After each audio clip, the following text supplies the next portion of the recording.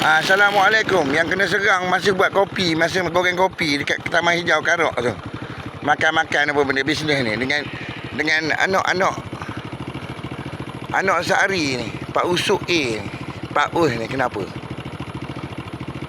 Kenapa nak kena nanya? Kita orang ni nak kena nanya dekat situ. Dengan dua kelompok. Kenapa pula barang-barang aku dalam Taman Hijau tu tiba-tiba dalam rumah tu hilang? Yang kita sedar-sedar kita tahu ada dekat rumah Pak Mat gila ni, rumah Sehari. Yang barang-barang mereka ni hilang dekat situ. Nak khabar pula nak dia ada penceritaan kat situ. Perniagaan tu adalah perniagaan daripada Sehari ni. Perniagaan Pak Usuk. Kalau orang-orang Taman Hijau yang tengok video ni, daripada Karok yang terkesan, budak-budak yang Taman Karok ni yang terkesan dengan agility Usuk ni Sehari ni, tolong pergi buat komplain dekat ni. Apa dia? Komplain kepada majlis direktor. Kita nak ambil tindakan sesuatu dengan dia orang. Kenapa dia nak kena ganggu?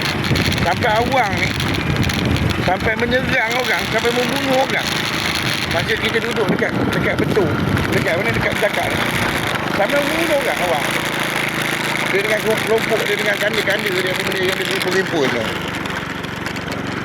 Dengan mat-mat mat-mat apa ni? I don't know. Sampai barang kain baju anak bini kita terganggu tau. Budak statement daripada awang ni.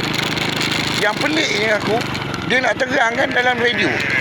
Radio tu radio bapak dia, radio persendirian dia ke? Radio dia untuk dia buat cerita ke? Untuk dia reka cerita ke? Untuk dia menjawab persoalan apa benda hak dia buat, buat pelik-pelik gitu. Kita ni diberi peluang tak untuk menjawab apa benda pelik-pelik benda tu.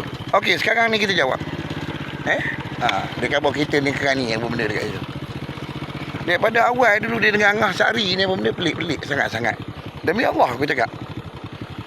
Memang terganggu sangat-sangat aku dengan apa benda dia punya statement. Kau faham tak? Habis barang-barang dalam rumah tu apa benda semua. Kejadian tu dia kata, "Oh, barang-barang tu apa dia? Barang-barang tu dadah." Konon-kononnya. Kita ni merujuk kepada yang kita tunjuk ketika tu. Perabot-perabot dalam rumah, apa benda dalam rumah. Kita kena pergi khusus dan kita dipindahkan sementara oleh pihak keselamatan. Faham tak?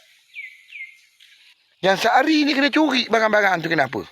Yang Usuk ni kena curi, yang Pak Us ni kena curi. Yang anak Pak Harun ni kena mencederakan orang sampai bunuh orang dekat situ.